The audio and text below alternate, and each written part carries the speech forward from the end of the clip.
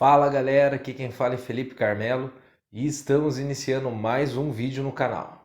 O vídeo de hoje vai ser um vídeo bem diferente de todos os meus outros vídeos do canal, afinal hoje farei uma resenha sobre um livro, talvez um dos livros mais conhecidos e mais lidos da atualidade, que é esse livro aqui, né?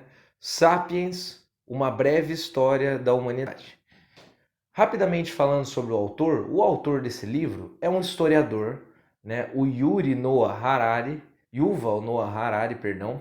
Ele é um historiador israelense, tá, nascido em Israel, e que é professor titular hoje da Universidade Hebraica de Jerusalém, mas que tem sua formação em Oxford.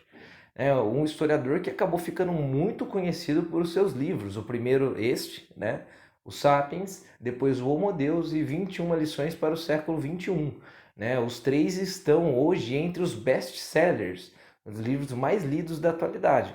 Tudo bem? Agora vamos tentar entender o porquê foi um livro tão lido, né? Qual que é a importância desse livro e sobre o que ele aborda.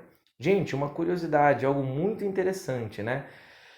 São raras as vezes que você pega um livro tão denso, né, um livro de história, de fato, escrito por um historiador, que acaba virando um best-seller. Geralmente você pega os best-sellers, são livros ficcionais, livros da literatura, né? Mas um livro conteudista de história como best-seller já chama atenção, né? Por conta de uma escrita totalmente fluida e uma forma narrativa, né, de escrever, o Yuval conseguiu, né, atingir milhões de pessoas pelo mundo afora em relação ao seu livro. Ele consegue passar muito conteúdo, ele passa muito conteúdo, é um livro denso em termos de conteúdo, mas que consegue uma fluidez. Não é aquele livro conteudista que você trava, você tem que ler, reler 300 vezes aquele parágrafo para compreender. Não, é uma leitura que flui. Né? Isso é uma coisa que chama muita atenção. Outra coisa que eu gostaria de chamar a atenção sobre esse livro, né, o Yuval Noah Harari, ele traz uma característica muito curiosa, que é a qual? Quebrar estereótipos e sensos comuns. Tá? Então, muitas coisas que nós aprendemos, às vezes até na história, e temos certeza de que foi daquela forma, ele rompe, mas ele prova através da ciência. Né? Não é através de achismos, né? Ele cita vários autores, cita estudos sobre o assunto, né? Realmente alguém que tem um conhecimento muito grande sobre uma história macro, tudo bem? Então é muito legal que coisas como, por exemplo, a invenção da agricultura, todo mundo só vê o lado bom. Ele vai provar que a invenção da agricultura não foi essa maravilha como nós achamos que é. Né? Então, coisas desse tipo, ele vem para romper com os estereótipos, com o senso comum, e tudo que ele apresenta o lado bom e o lado ruim. Ou seja, ele mostra que nada, né, que acontece no mundo tem só um lado. Nada. Tudo tem o seu bônus e o seu ônus. E isso fica muito bem claro ao ler esse livro. Então é muito interessante que você consegue ver diversos pontos de vista sobre o mesmo assunto. E aí ele não influencia você, ele não é um livro que você vai ler e fala, ó, esse lado é o correto. Apenas você vai ler, você vai ver um lado e um outro, e você vai acabar chegando aí à conclusão daquilo que você acredita ser melhor. Né? Nesse sentido, você vai acabar tomando, digamos assim, o seu partido. Não é um livro que apresenta só um lado, ele apresenta várias opções, né? Várias alternativas, como ele deixa bem claro que a história tem que ser. A história, ela nos apresenta um leque gigantesco de interpretações. Claro, interpretações que não são achismos, e sim estudos sobre aquilo. Tudo bem? Vamos entrar no livro propriamente dito. Gente, como que esse livro está dividido? Se você pegar o livro, vou pegar ele aqui, que eu estou com ele em mãos, como eu mostrei para vocês.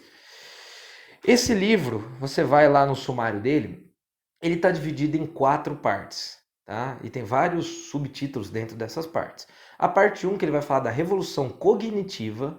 O que é isso? Né? Na verdade, ele divide o livro em revoluções. Ele fala da revolução cognitiva, a revolução agrícola, a unificação da humanidade e a revolução científica.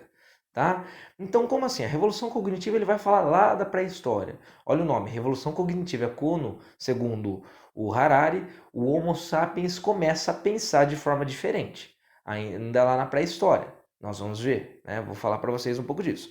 A revolução agrícola, o nome já fica bem claro, é quando surge a agricultura, ainda na pré-história, tá? Depois, a unificação da humanidade. O que é isso, né? É quando o mundo, segundo Harari, começa a se tornar um império global, né? O mundo começa a se globalizar, processo hoje que cada vez está mais acelerado.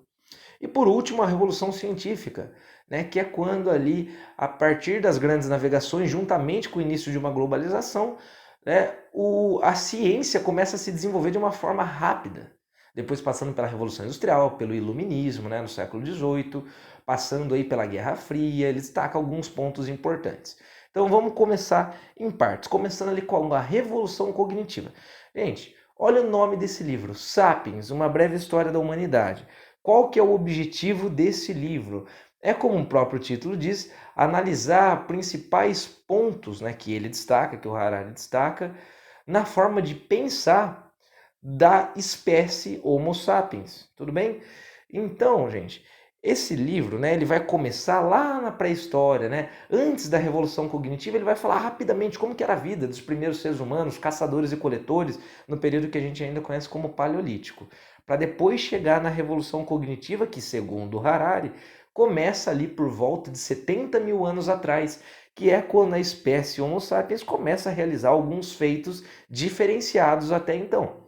Então, gente, se você pega o início do livro, né, a parte 1, que fala exatamente dessa revolução cognitiva, estou aqui com livros em mãos, ele vai falar um pouco da vida dos primeiros hominídeos, né? E ele vai destacar qual que é um dos primeiros questionamentos que o Harari faz. Por que que somente o Homo sapiens conseguiu sobreviver enquanto espécie humana?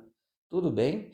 Por que ele diz isso? Porque o Homo sapiens conviveu com outros humanos, o Homo erectus, o homem de Neandertal, né, o Homo rudolfensis, entre outras espécies humanas que viveram juntamente com o Homo sapiens. Mas o que aconteceu que fez somente o Homo sapiens sobreviver?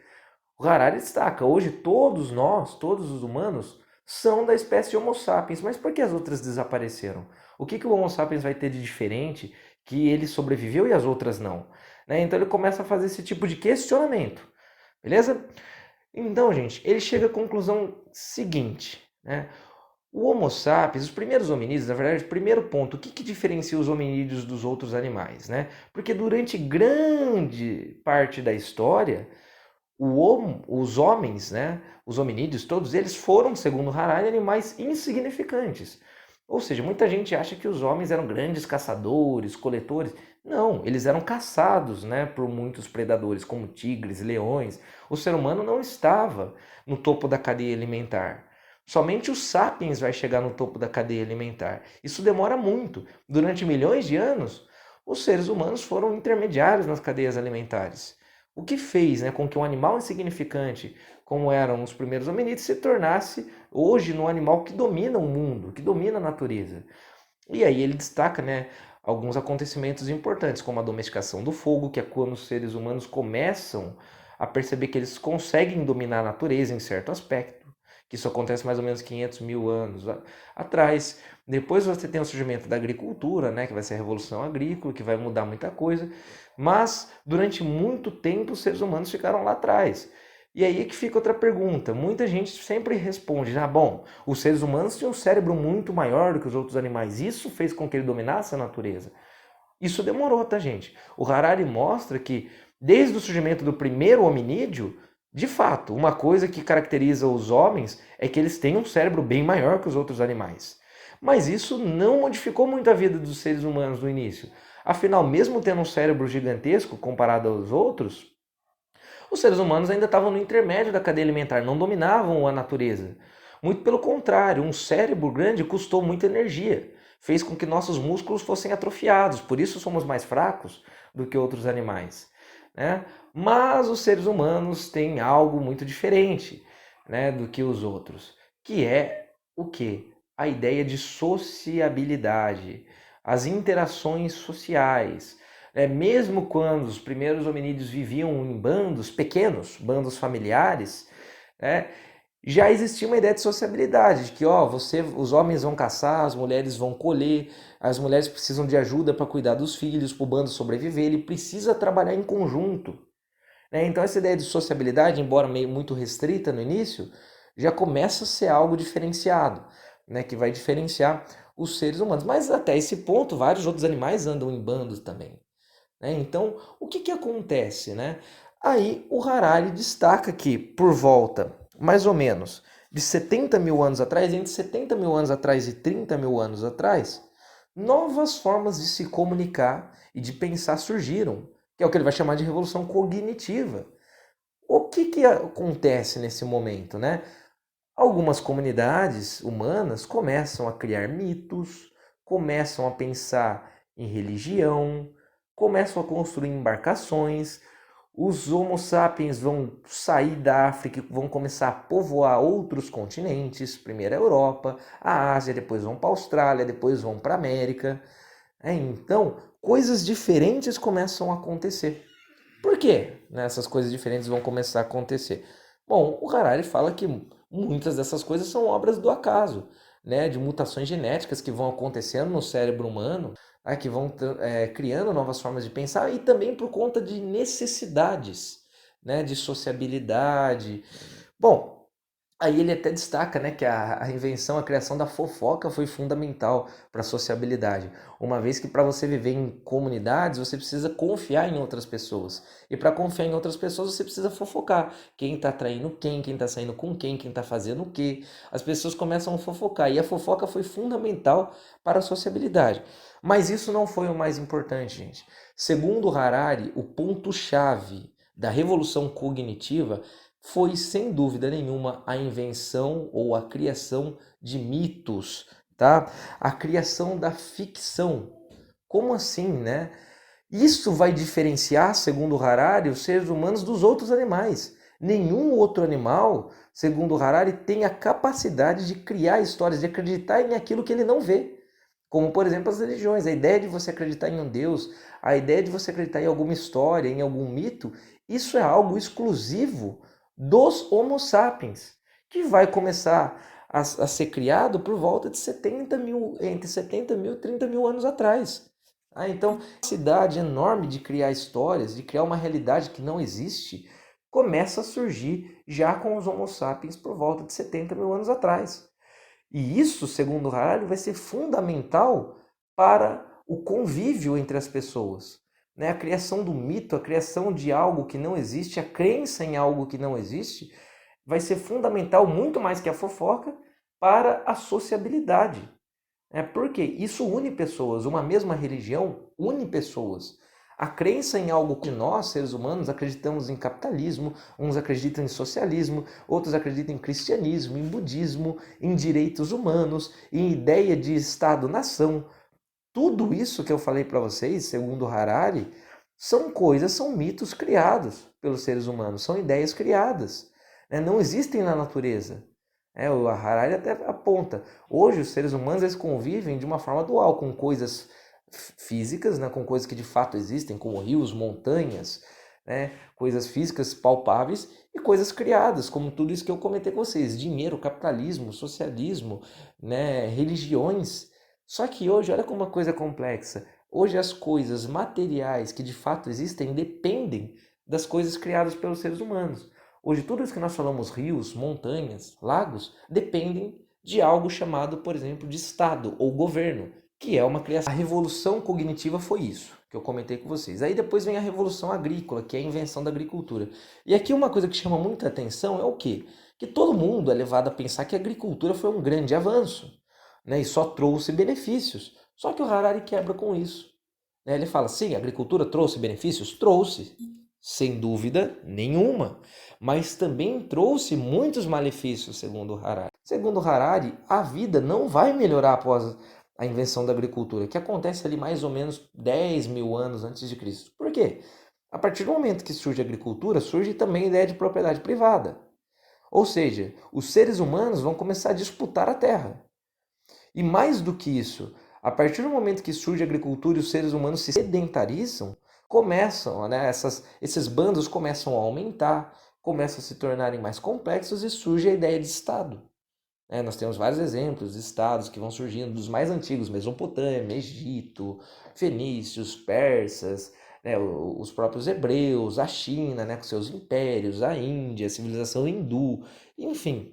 Né? E quando surge um estado, surge também uma elite que vai oprimir o grande contingente populacional, que serão os camponeses, que vão ter que trabalhar o dia inteiro e ter uma vida miserável.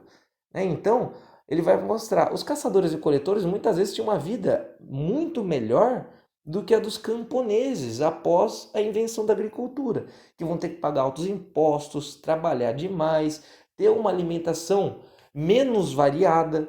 Por exemplo, você pega no Egito que eles vão produzir muito trigo, né? A base alimentar vai ser o trigo, sendo que os caçadores e coletores tinham uma variedade muito maior de alimentação. Então surge toda uma elite ligada a essa terra, né? O que a gente chama de aristocracia, os faraós, os reis, os imperadores, que vão obrigar a população a trabalhar. Então ele vai mostrar, olha, a agricultura não foi dessas mil maravilhas não. Tudo bem? Então a revolução, né, agrícola, ela foi sim importante, ela vai aumentar a produtividade? Sim. Vai aumentar a disponibilidade de alimento? Sim. Vai trazer a domesticação de animais junto? Sim. Ela tem o seu lado positivo, mas o Harari deixa bem destacado que ela tem também o seu lado negativo. Beleza, gente? A terceira parte do livro vai falar sobre a unificação do mundo. Então, como assim? Olha que coisa interessante, né? O Harari vai destacar que durante muito tempo da história, as culturas que existiam pelo mundo afora eram muito diversas. Ou seja, né, as culturas elas se desenvolveram, muitas delas, de maneira isolada. Tá? Hoje, quando a gente fala em cultura, o Harari fala numa cultura global. Hoje todo mundo, praticamente, independente de qual país você se encontra, se veste de maneira parecida, pensa de maneira parecida. Tem governos, né? Modelos de governo de maneira parecida, por exemplo, aqui no Ocidente, quase todos os países são democráticos, pelo menos no papel, né? Seguem um padrão. Mas durante muito tempo a cultura ela foi muito diferente, conforme a região, conforme a localidade. Então, hoje, nós caminhamos, segundo Harari, para um império global, um império unificado, onde os principais pontos que unificam o mundo, segundo Harari, são o dinheiro, tá? As religiões e o capitalismo. Então, hoje nós temos, por exemplo, milhões de cristãos pelo mundo, milhões de budistas pelo mundo, milhões de islâmicos pelo mundo. Então, cada vez mais, nós temos essa unificação. E se você estuda povos lá da antiguidade, você vai ver infinidade, por exemplo, de religiões que existiam, de formas de vestimentas que existiam, de culturas totalmente diferentes umas das outras. Então, hoje nós caminhamos para uma unidade. A própria ideia de dinheiro, segundo Harari, também é uma criação humana. Foi uma criação humana para facilitar as trocas comerciais. Hoje a crença no dinheiro ela é gigantesca dentro de um sistema capitalista. Nós não confiamos nas pessoas, nós confiamos no dinheiro, segundo Harari. A confiança que eu tenho em alguém acaba quando o dinheiro dessa mesma acaba. Os bancos confiam em quem pode pagar. Eles vão ceder crédito para aqueles que eles acham que vão conseguir pagar, a sua dívida. Então a confiança ela está inserida dentro do dinheiro no nosso sistema capitalista. É muito interessante essa análise que o Harari faz. Então, a ideia de dinheiro também é um mito criado pelos seres humanos e que unifica cada vez mais o mundo. Então, gente, como eu disse para vocês, a tese principal do livro ela gira em torno disso. Os mitos criados pelos seres humanos são fundamentais para a nossa existência, para a nossa vida social, para a nossa sociabilidade. Os seres humanos não conseguiriam existir sem a criação desses mitos. E ele até exemplifica, o Harari fala, olha, hoje milhões de pessoas conseguem cooperar entre si por conta da crença em algo comum.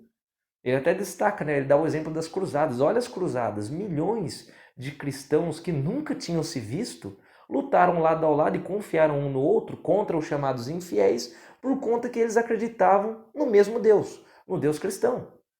Então olha como a coisa é. Hoje, a ideia de nação, por exemplo, eu posso ajudar uma outra pessoa que eu nunca vi na minha vida simplesmente por ela ser brasileira, como eu. Se eu entrar numa guerra, eu vou lutar ao lado de milhões de pessoas que eu vou cooperar só porque está inserida dentro do mesmo território que eu estou. A ideia de nacionalidade também é uma criação humana, também é um mito. Então, o mito ele foi fundamental para fazer com que milhões de pessoas cooperassem. Segundo Harari, isso seria impossível sem a criação do mito. né? Enquanto não existia a criação do mito, por isso que os bandos eram muito pequenos, porque você confiava num número pequeno de pessoas. Pessoas próximas eram seus parentes, amigos próximos, né? Lá na pré-história. Agora, com a criação dos mitos, eu posso cooperar com pessoas que eu nunca vi na minha vida, por conta de uma crença comum, seja o dinheiro, seja o capitalismo, seja o socialismo, seja alguma religião. Então é fundamental. Passamos para outra revolução que o Harari destaca, que é a revolução científica. Quando começa a chamada revolução científica? Segundo Harari, o início da revolução científica é a descoberta ou chegada dos europeus no continente americano, ou seja, em 1492 com Cristóvão Colombo. É um processo longo, né, de revolução científica, segundo Harari, passando aí pelas grandes navegações, aí atravessando o desenvolvimento da ciência no século XVI, com Francis Bacon, né, com René Descartes, chegando no século XVIII com os iluministas, com os imperialistas do século XIX, a Belle Époque, passando pelas guerras mundiais, a Guerra Fria, onde se teve um grande desenvolvimento da ciência. Então ele destaca esses pontos. Bom, gente, o que vocês precisam saber aqui? O que fez com que a Europa inaugurasse uma revolução científica, segundo Harari? O que? Né? Segundo Harari, o que os europeus tinham de diferente? Segundo Harari, os europeus tinham algo de diferente, algo chamado de curiosidade, né? Ou seja, os europeus queriam descobrir coisas que eles não conheciam. E quando os europeus chegam em um novo continente, que até então era desconhecido para eles, que depois ia ser chamado de América, eles percebem uma coisa: olha, não dá para saber tudo no mundo. Acabamos de ter uma nova descoberta, algo totalmente novo, uma terra que nós não conhecíamos, né? Isso gerou na mentalidade europeia a ideia de que é preciso sempre estar buscando aquilo que você não conhece, aceitar a sua ignorância. Tá? Isso é muito importante. Então a premissa básica da ciência é você aceitar a ignorância e buscar algo que você não conhece, né? Então as grandes navegações, ele até destaca, elas desenvolveram muito isso na Europa. Por exemplo, os chineses, ele vai até destacar, tinham mais tecnologia que os europeus. Mas por que os europeus que dominaram o mundo? Porque os europeus é que tinham a vontade de dominar o mundo. Os outros impérios do mundo não tinham essa vontade. E ele destaca como a ciência, o conhecimento fez parte sempre da mentalidade europeia a partir das grandes navegações, porque toda expedição que ia em direção a novas terras levava geralmente uma grande quantidade de cientistas junto para mapear a região, para estudar os povos que eles não conheciam, né? E sem esse conhecimento seria impossível ter dominado a América. Por exemplo, Hernán Cortés, por que o Hernán Cortés conseguiu, com poucos homens, derrubar um império grandioso como o Império Azteca? Porque ele foi se aliando a povos inimigos dos astecas, conheceu bem o território antes, né? Mapeou todo o território, se aliou aos inimigos antes, para depois atacar o Império Azteca. Só assim ele conseguiu derrubar. Então ele vai destacando vários pontos da Revolução Cognitiva, da Revolução Científica, foram fundamentais. E no final do livro, pessoal, o final do livro é muito interessante, que o Harari ele vai começar a caminhar já para o outro livro que ele escreve, o Homo Deus, onde ele vai começar a mostrar os avanços da ciência, mas como ele sempre faz, colocar contrapontos, mostrar que, olha, esse avanço da ciência, será que ele é só benéfico? Por exemplo, foi por conta desse avanço na ciência que foi criada uma bomba atômica. Mas olha o que é uma bomba atômica, olha o que causou em Hiroshima e Nagasaki. Será que a ciência só trouxe coisas boas? Né? Olha a Guerra Fria, por exemplo. Será que a ciência só trouxe coisas boas? E hoje? O mapeamento genético, ele destaca, né, o futuro. Hoje, né, alguns estudos da genética provam que é possível você escolher as características do seu filho, né, através do mapeamento genético, da engenharia biogenética, né? Então você vai poder escolher no futuro quais a cor dos olhos do filho que você vai querer ter, né? Literalmente brincando de Deus, segundo Harari, quais características, quais são os seus gostos dele, em que esporte ele vai ser bom. Você vai poder escolher tudo isso. Só que olha que curioso, o Harari ele destaca o seguinte: durante longos períodos da história, você sempre teve uma elite que se julgou superior até racialmente do que os outros. Veja os exemplos dos reis na antiguidade, o faraó que era tratado como um deus, como se ele fosse uma entidade, como se ele fosse um ser superior aos outros, os sacerdotes no Egito, na Mesopotâmia, né? Eram colocados como acima dos outros, na Índia também. Pela primeira vez na história, hoje, o Harari destaca que, de fato, a elite vai poder ser, né, uma espécie de raça superior. Como assim? Aqueles que tiverem dinheiro vão conseguir criar seus filhos da forma que eles quiserem, como se fossem super-humanos. Então, se eu tiver dinheiro para pagar, eu vou poder destacar algumas características que eu vou querer do meu filho. Eu quero que ele seja forte, eu quero que ele seja um super atleta, eu quero que ele seja assim, assim, assim. Pela primeira vez na história, isso pode sair da crença e se tornar uma realidade. E olha quanto isso é perigoso, a ideia de se criar uma raça superior, né, uma raça melhor. Então o Harari ele sempre coloca esse contraponto. E outro contraponto que ele coloca é: será que hoje nós somos os últimos representantes dos Homo sapiens? Será que hoje nós, Homo sapiens, estamos ou podemos criar uma nova espécie humana? Afinal, com o mapeamento genético, nós vamos poder criar novos seres humanos que vão ter novos anseios, novas formas de pensar. Será que nós, Homo sapiens, né, que nos colocamos tanto no centro do mundo, como se nós não tivéssemos limites, nós podemos criar uma nova espécie humana que vai nos subjugar e nós vamos acabar desaparecendo? Olha que curioso, olha que indagação curiosa. Então, gente, claro que eu poderia explorar mais um monte de coisa, o vídeo já está grande. Então é um livro muito interessante que vale muito a pena você estar adquirindo, você estar lendo. Né? Ele fala de muito mais coisa, que eu destaquei os principais pontos, mas é um livro que chama muita atenção pela perspicácia, né? Pelas sacadas que o autor tem, pelos questionamentos, pelas provocações que ele faz, né? E pelas várias, digamos assim, pelo grande leque de caminhos que ele apresenta acerca de cada momento importante da história. Espero que vocês tenham gostado. Se gostaram, deixa o like aqui que me ajuda bastante, gente. Um forte abraço e até a próxima.